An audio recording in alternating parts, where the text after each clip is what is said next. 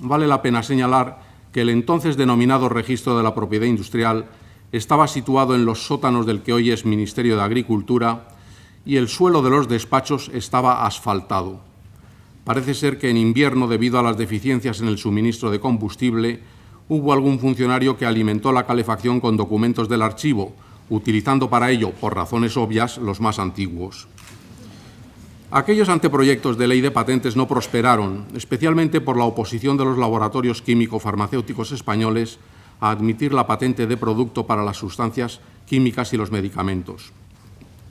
Lo cierto es que en aquellos años, dada la realidad económica española, esto es, la de un país en vías de desarrollo, las patentes y la propiedad industrial en general apenas tenían importancia práctica.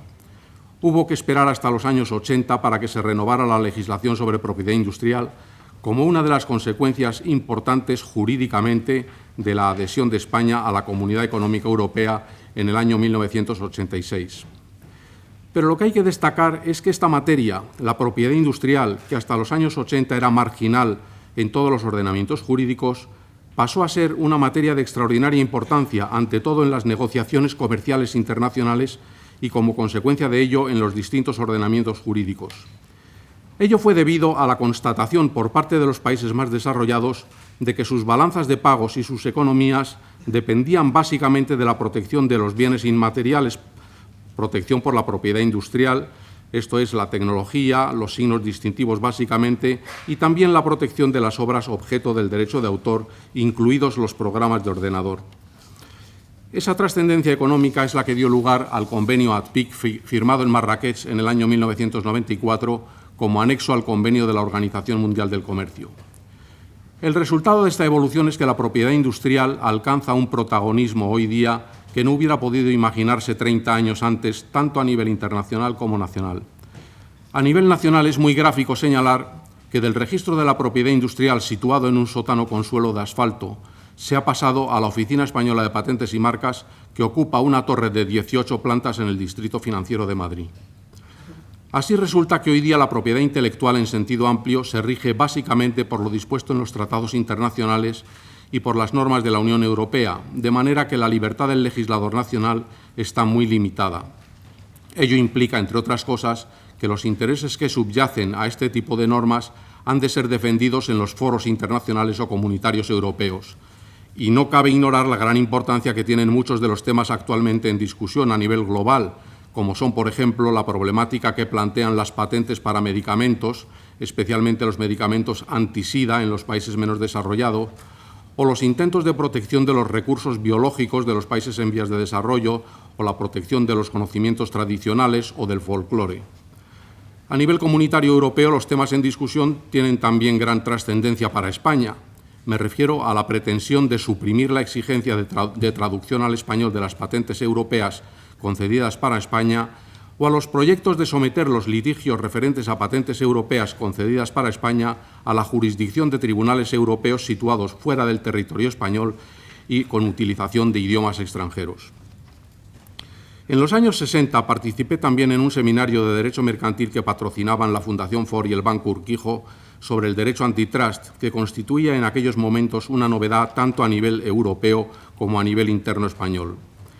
En efecto, el Tratado de Roma de 1957 incorporó en los artículos 85 y siguientes las normas protectoras de la libre competencia y a nivel interno español, con un afán político de aproximarse a la Comunidad Económica Europea, se promulgó la Ley de Prácticas Restrictivas de la Competencia de 1963, que no tuvo incidencia práctica que valga la pena reseñar. Se trataba, en cualquier caso, de un área absolutamente nueva en el ordenamiento jurídico español. El hecho es que con la Ley de 1963 empezó a estudiarse un área, como digo, nueva del derecho mercantil, concretamente el derecho de la competencia. Y esto es importante porque ese derecho de la competencia tenía un origen y un contenido totalmente distintos y alejados del derecho mercantil tradicional decimonónico. Surge para el estudio del derecho mercantil una perspectiva totalmente nueva que no había existido hasta entonces, que es la vinculación del derecho mercantil a la regulación de la actividad en el mercado. Hubo que esperar hasta la adhesión de España a la Comunidad Económica Europea en el año 1986 para que la protección de la libre competencia tuviera una incidencia práctica importante por la aplicación directa a las empresas de las prohibiciones contenidas en los artículos 85 y 86 del Tratado de Roma. Y precisamente para homologarse con el derecho europeo se promulgó la Ley de Defensa de la Competencia de 1989, que sí que tuvo una incidencia en la realidad económica española y que acaba de ser sustituida, como es bien sabido, por una nueva ley. El otro ámbito que se incluye habitualmente en el derecho de la competencia, esto es la protección contra la competencia desleal, hubo de esperar también hasta los años 90 para tener una regulación moderna en la Ley de Competencia Desleal del año 1991. En esa ley se concibe la protección contra la competencia desleal como necesaria para el mercado y en favor, por lo tanto, de todos los participantes en el mismo, tanto los empresarios como los consumidores. Por eso no deja de ser sorprendente y lamentable que en la nueva directiva de la Unión Europea sobre prácticas comerciales desleales se rompa con el principio de que la prohibición de competencia desleal se establece en beneficio de todos los participantes en el mercado, sustituyéndose por una regulación que divide los intereses de los que participan en el mercado, estableciendo la prohibición de determinadas prácticas desleales, atendiendo exclusivamente a los intereses de los consumidores. Resulta así la paradoja de que fue un logro en su momento admitir que las normas sobre competencia desleal protegían también a los consumidores, para pasar ahora a un planteamiento en que resulta que la prohibición de prácticas desleales se hace exclusivamente en beneficio de los consumidores y no de los restantes participantes en el mercado. En 1970 fui nombrado miembro permanente de la Comisión General de Codificación. En esa comisión tuve ocasión de intervenir en la Ley de Reforma del Título Preliminar del Código Civil y en los sucesivos anteproyectos de ley emanados de la Comisión, tales como la reforma del Código de Comercio en materia de registro mercantil y de contabilidad del año 1973 o la reforma del año 1975 para suprimir la autorización que hasta entonces necesitaba la mujer casada para poder ejercer el comercio. Observen ustedes que hace 30 años las mujeres casadas necesitaban autorización del marido para ejercer el comercio. Parece que estamos hablando de no una diferencia de años, sino de siglos. En todo caso, en aquellos años las modificaciones legales en materia de derecho mercantil eran relativamente escasas. Por eso se decía que el derecho privado era mucho más estable en su legislación que otras ramas del ordenamiento jurídico, como el derecho administrativo, el derecho fiscal o el derecho laboral. Pero esa idea ha dejado de ser en gran parte correcta. Hoy día se multiplican las reformas, creando un grave problema de seguridad jurídica, especialmente por la práctica cada vez más frecuente según la cual, cuando un ministerio quiere modificar parcialmente una ley y desea hacerlo con cierta urgencia, aprovecha la existencia de cualquier proyecto de ley en tramitación en las Cortes para añadir unas cuantas disposiciones adicionales o finales en las que introduce la modificación deseada de una ley que nada tiene que ver con la ley que se está tramitando. A modo de caricatura puede citarse, por ejemplo, que en la Ley de 4 de mayo de 1999 del Consejo de Seguridad Nuclear se introdujeron varias disposiciones adicionales y una disposición transitoria referidas a la Ley de Marcas. Una parte fundamental del trabajo realizado en la sección de Derecho Mercantil de la Comisión General de Codificación se ha referido al derecho de sociedades.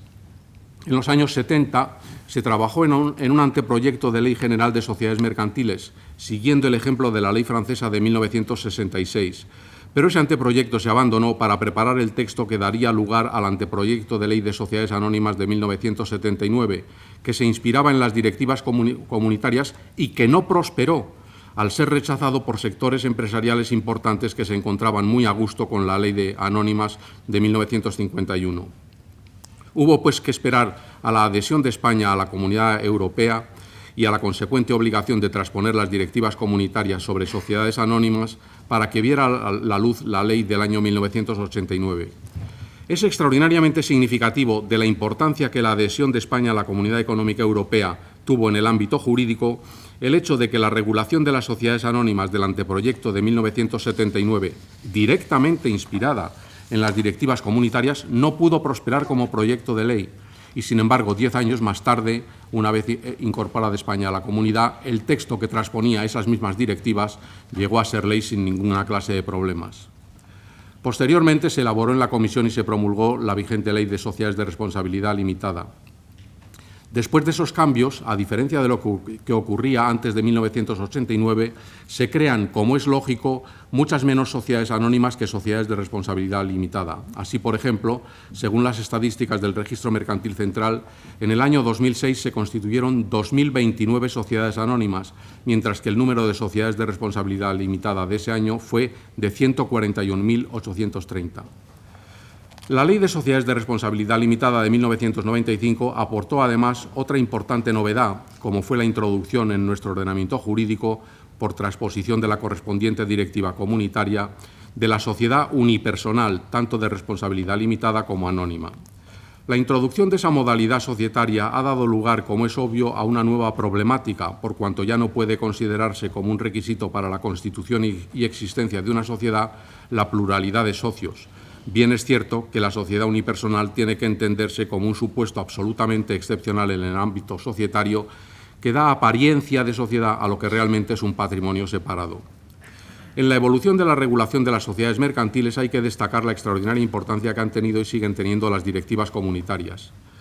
Por otra parte, los trabajos iniciados en el año 1970 para la redacción de una Ley General de Sociedades Mercantiles han tenido continuidad en el seno de la Comisión de Codificación, dando lugar a la propuesta de Código de Sociedades Mercantiles publicada en el año 2002. Pero esa propuesta no fue asumida por el Gobierno y quedó en vía muerta por la oposición de destacados sectores empresariales que criticaban especialmente la regulación contenida en la propuesta de código para las sociedades cotizadas en bolsa y para los grupos de sociedades. En particular, se rechazaban algunas normas que afectaban directamente a las personas que ostentaban cargos de administración de las sociedades cotizadas. Me refiero a medidas tales como el establecimiento de una edad máxima para ser miembro de un consejo de administración, la limitación del número de miembros de los consejos de administración, así como del número de consejos de administración de los que podía formar parte una misma persona, o la propuesta separación entre la presidencia de la Junta General de Accionistas y la presidencia del Consejo de Administración de la sociedad. En paralelo a los proyectos legislativos que acabo de mencionar, se produce a finales de los años 90 un nuevo fenómeno de gran alcance, como es la creación de sucesivas comisiones para proponer medidas dirigidas a fomentar el buen gobierno de las sociedades cotizadas. Primero la Comisión Olivencia, que dio lugar al Código de Buen Gobierno en el año 1998, después la Comisión Aldama para el fomento de la transparencia y seguridad en los mercados y en las sociedades cotizadas, cuyo informe se publicó en el año 2003, y más recientemente el informe del Grupo Especial de Trabajo sobre Buen Gobierno de las Sociedades Cotizadas, informe Conte, de mayo de 2006. Todos esos informes se basan en la idea de sustituir la regulación legal mediante normas imperativas aplicables a las sociedades cotizadas en bolsa por un planteamiento de autorregulación en el que sean las propias sociedades las que establezcan reglas asumidas voluntariamente para limitar y controlar mejor el poder de los administradores y fomentar la transparencia en la actuación de las sociedades en el mercado. El hecho es que se ha seguido en parte el planteamiento de la propuesta del Código de Sociedades Mercantiles en el sentido de dedicar diversas normas legales imperativas a establecer en algunos aspectos el régimen de las sociedades cotizadas en bolsa. Esas normas, que se refieren tanto a la publicidad de los pactos parasociales como a determinados aspectos de los órganos sociales, fueron tomadas en gran parte de la propuesta de Código de Sociedades Mercantiles, pero sorprendentemente se han incluido no en la Ley de Sociedades Anónimas, puesto que se trata de normas sobre el régimen societario, sino en la Ley de Mercado de Valores, separándolas así artificialmente de la regulación legal de las sociedades anónimas y, lo que es más grave, sometiendo la aplicación de esos preceptos legales al posible desarrollo reglamentario que pueda hacerse incluso a través de circulares de la Comisión Nacional del Mercado de Valores. En el año 1978 se promulgó la Constitución española,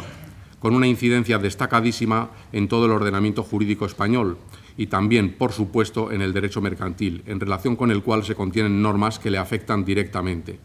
Así, por ejemplo, al establecer la libertad de empresa en el marco de la economía de mercado, artículo 38, principio al que se vincula toda la regulación legal del derecho de la competencia. Otro aspecto en el que ha tenido una incidencia decisiva el texto constitucional es el reconocimiento que se hace en el artículo 51 de la defensa de los consumidores y usuarios. E igualmente fundamental es la competencia que se atribuye al Estado en exclusiva de la legislación mercantil. La protección de los consumidores había tenido su origen a principios de los años 60, vinculada a un famoso mensaje del presidente Kennedy en el que señalaba que todos somos consumidores. La idea que subyace bajo este planteamiento consiste en que es necesario adoptar medidas que permitan defender adecuadamente los intereses de los consumidores, esto es, de los ciudadanos cuando se relacionan con las empresas. Este principio de protección de los consumidores, que no estaba originariamente incluido en el Tratado de la Comunidad Económica Europea, había dado lugar a un programa preliminar para una política de protección e información de los consumidores aprobado por resolución del Consejo de la Unión Europea, de la Comunidad Económica Europea entonces, de 14 de abril de 1975. Y fue ese programa preliminar el que influyó decisivamente en la redacción del artículo 51 de la Constitución, gracias a una enmienda de la profesora Begué que nos acompaña en este acto. Hubo que esperar hasta el año 1984, en que se promulgó la Ley General para la Defensa de los Consumidores y Usuarios, ley que técnicamente es muy defectuosa y en la que confluyen normas procedentes de áreas del ordenamiento jurídico totalmente distintas. Por una parte, las normas que se refieren al control administrativo de la sanidad y de la seguridad de los productos y, por otra parte, disposiciones legales novedosas para la protección de los intereses económicos de los consumidores. Surge así un nuevo ámbito jurídico privado que se refiere a las relaciones entre los empresarios y los consumidores.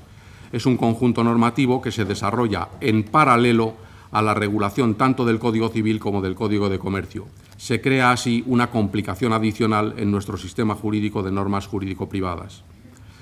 En este área nueva de protección de los intereses económicos de los consumidores, que da lugar a normas de naturaleza jurídico-privada, han sido fundamentales las sucesivas directivas comunitarias. Supuesto que esas directivas se han ido incorporando mediante leyes especiales, ello ha contribuido a hacer más confuso el sistema jurídico privado en su conjunto. Por esa razón tiene ahora todo su sentido la elaboración de un texto refundido de la Ley General de Defensa de Consumidores y Usuarios, que ya está en tramitación, texto en el que se distinguen en dos libros diferentes las normas de protección de los consumidores según su naturaleza jurídica. El libro primero con normas de carácter administrativo referentes a la protección de la salud y a la seguridad de los productos, y un libro segundo con normas jurídico-privadas que regulan la contratación con los consumidores y la responsabilidad civil derivada de las relaciones entre empresarios y consumidores y usuarios.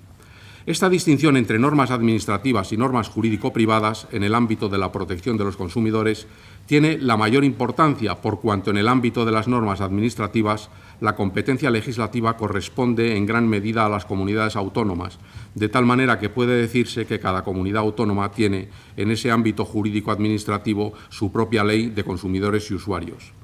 A esa complejidad creada por la existencia de leyes autonómicas para la protección de los consumidores y usuarios, hay que añadir la existencia también de leyes autonómicas para la regulación del comercio minorista, con la consecuencia de que también en estas leyes se contienen normas relacionadas con la protección de los consumidores y usuarios. Si a ello se añade que también afectan a la protección de los consumidores las leyes estatales de competencia desleal, la Ley General de la Publicidad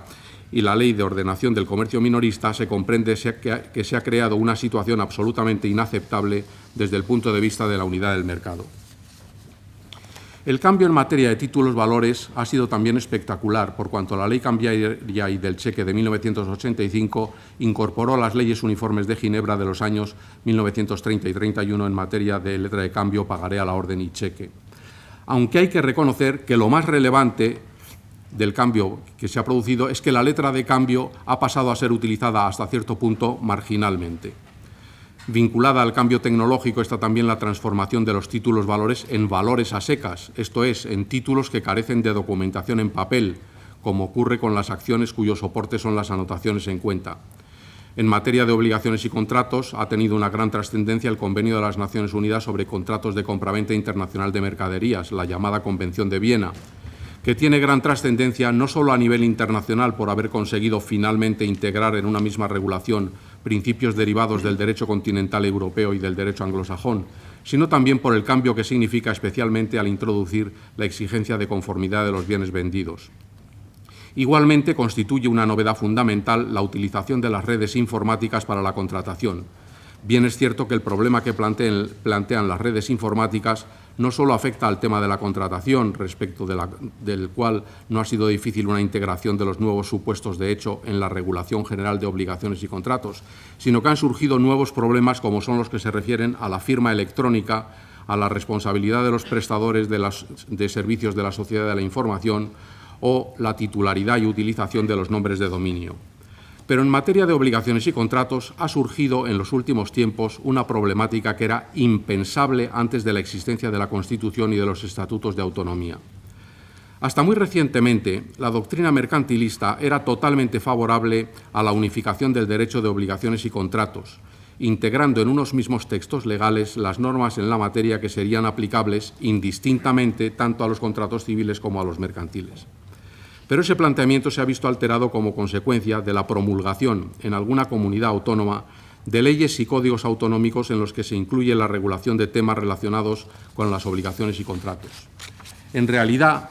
esa realidad que está emergiendo de disposiciones legales autonómicas que regulan materias de obligaciones y contratos afecta sin duda a la exigible unidad del mercado en el aspecto jurídico privado. Ello ha hecho tomar especialmente en consideración que la Constitución no solo reconoce la existencia de una legislación mercantil, sino que atribuye, sin lugar a dudas, la competencia exclusiva en esa materia al Estado. Y esa atribución de competencia tiene su justificación, como se ha dicho, en el aseguramiento de la unidad del mercado en el ámbito jurídico privado en todo el territorio del Estado. La consecuencia ha sido la de considerar que la unificación de las normas civiles y mercantiles en materia de obligaciones y contratos no es deseable, dada la nueva situación, porque solo la existencia de una regulación mercantil es la que garantiza la necesaria unidad del mercado. Por ello se ha pasado a defender el mantenimiento de una regulación mercantil que es competencia exclusiva del Estado y las normas, por consiguiente, se aplican en todo el territorio español. Por último, al final de este medio siglo al que me estoy refiriendo, fue posible conseguir la promulgación de una ley concursal de 9 de julio de 2003, cubriendo así una necesidad fundamental en nuestro ordenamiento jurídico que venía siendo reclamada desde la práctica y desde la doctrina. Llegamos, pues, a la situación actual del derecho mercantil radicalmente distinta de la que existía hace medio siglo. En conjunto, desde el punto de vista de la legislación, se plantean varios problemas fundamentales. En primer lugar, es un hecho especialmente apreciable en determinadas áreas del ordenamiento jurídico la globalización de las normas. Así ocurre, por ejemplo, en materia de propiedad industrial y en materia de mercado de valores o de contabilidad, que acaba de reformarse también en una nueva ley hace pocos días. Esa globalización significa que el legislador interno no es libre de dictar las normas que considere más oportunas en determinadas materias, puesto que la regulación de esas áreas viene impuesta por normas dictadas a nivel internacional.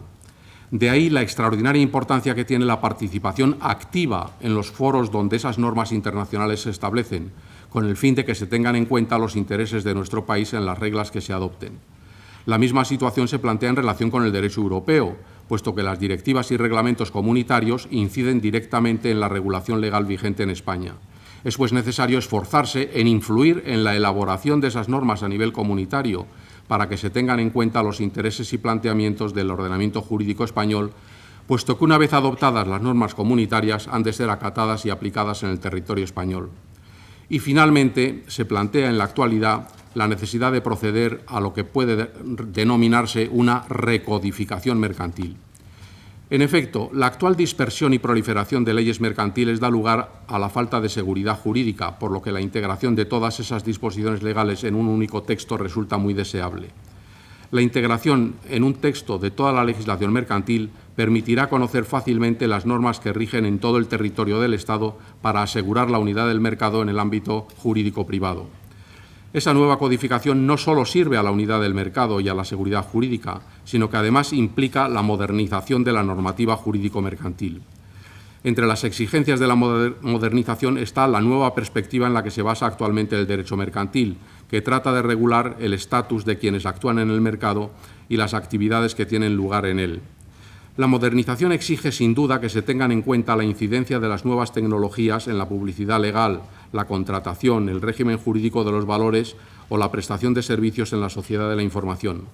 En materia societaria se trata de integrar en un mismo texto legal toda la normativa aplicable a las sociedades mercantiles, siguiendo el modelo de la propuesta de Código de Sociedades Mercantiles ya publicado. Y también resulta indispensable la regulación de muchos tipos de contratos mercantiles que hoy carecen de regulación legal, tal como ocurre, por ejemplo, con el suministro, los contratos de distribución, los contratos sobre el establecimiento mercantil, los contratos de servicios turísticos, el contrato de transporte, los contratos bancarios y de financiación, las operaciones en el mercado de valores y también los contratos sobre bienes inmateriales. La otra característica de la nueva codificación consiste en su flexibilidad, derivada de la forma de numeración de los artículos, numeración que ha sido seguida en la nueva codificación francesa. En efecto, al numerarse por separado cada uno de los capítulos del texto legal, es fácil incluir las modificaciones que se vayan produciendo, pues los cambios afectarán solamente a la numeración del capítulo de que se trate, pero se mantendrá la numeración del resto del articulado.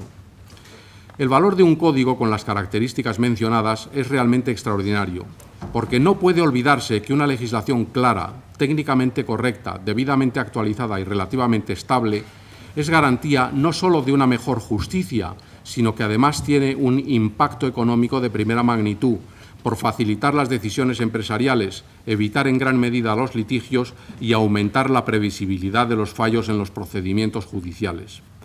Por todo ello, constituye un hecho trascendental para el futuro derecho mercantil en nuestro país el encargo realizado a la sección segunda de Derecho Mercantil de la Comisión General de Codificación para la elaboración de un nuevo Código Mercantil por orden del Ministro de Justicia de 7 de noviembre de 2006. Y a esa tarea realmente ilusionante, pero muy compleja, se dedica ahora la sección de Derecho Mercantil de la Comisión General de Codificación. Al terminar este paseo, no puedo dejar de tener un recuerdo para mis padres que me apoyaron en todo momento cuando me propuse iniciar mi carrera académica. Agradecer a mis hermanos Jaime y Rodrigo, que me han dado ejemplo con su laboriosidad, aunque es conocido que las publicaciones de mi hermano Rodrigo y las mías se nos atribuyen a uno u otro con frecuencia de manera indistinta y arbitraria. A mis hijos Germán y Raúl, que me han apoyado siempre con su cariño y su colaboración, y muy especialmente a quien ha sufrido con paciencia la dedicación que a menudo exige el trabajo académico, mi mujer Concha, que además me ha animado continuamente en mis tareas. A todos ellos les expreso mi agradecimiento, así como a mis maestros, don Joaquín Garrigues, don Federico de Castro y don Alfonso García Valdecasa, a mis discípulos, hijos, nietos y bisnietos académicos, y a los profesores del Departamento de Derecho Mercantil de la UNED. Y a todos ustedes les agradezco también su paciencia al escucharme. He dicho.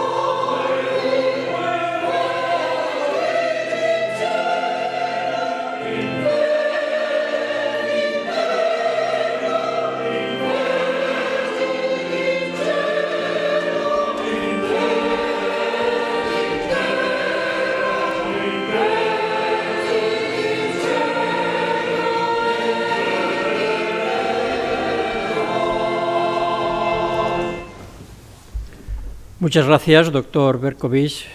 Puede ocupar a continuación la cátedra el doctor Schunemann.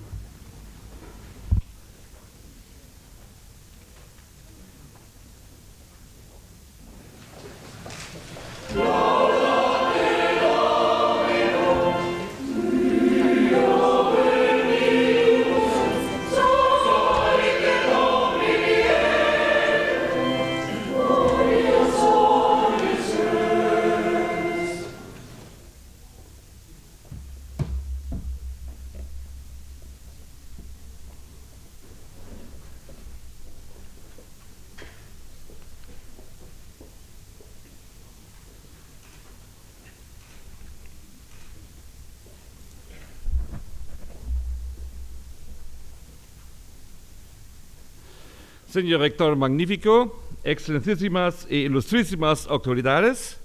claustro universitario, miembros de la comunidad universitaria, señoras y señores. Función y límites de la ciencia jurídica penal en el siglo XXI. 3 palabras rectificadoras del legislador y todas las bibliotecas se convertirán en maculatura. Con estas palabras, el fiscal prusiano Julius von Kirchmann quiso justificar hace escasamente 160 años la falta de valor de la teoría del derecho como ciencia. Carentes de valor en este sentido deberían ser los conocimientos que no tienen validez intemporal y que por eso mismo tienen que ser constantemente modificados y adaptados a los cambios sociales. 100 años después, Theodor Viehweg puso en duda, de forma aún más mordaz y radical, el carácter científico de la ciencia jurídica, clasificando en un pequeño librito titulado Tópica y Jurisprudencia, la dogmática jurídica, como subespecie de la retórica. Hoy en día, 50 años más tarde, se han desarrollado muchas otras variantes de escepticismo, agnosticismo y de crítica ideológica en lo que concierne a la ciencia del derecho, que florecen en un amplio campo de cultivo filosófico como consecuencia de la crisis del concepto positivista de ciencia y de la semántica realista tradicional. La filosofía analítica del lenguaje, que como instrumento crítico para el desenmascaramiento de problemas ficticios produjo en primer lugar un progreso parecido al que produjera 200 años antes la crítica de la razón pura de Immanuel Kant, ha conducido al conocimiento ligado al lenguaje y con esto a toda la rama de las ciencias culturales y sociales hacia el escepticismo radical en forma de deconstructivismo y por medio de este a la arbitrariedad del postmodernismo. En el ámbito de la ciencia del derecho, esto se pone de manifiesto por medio de desarrollos postmodernos como el Critical Legal Studies o el Law and Literature Movement,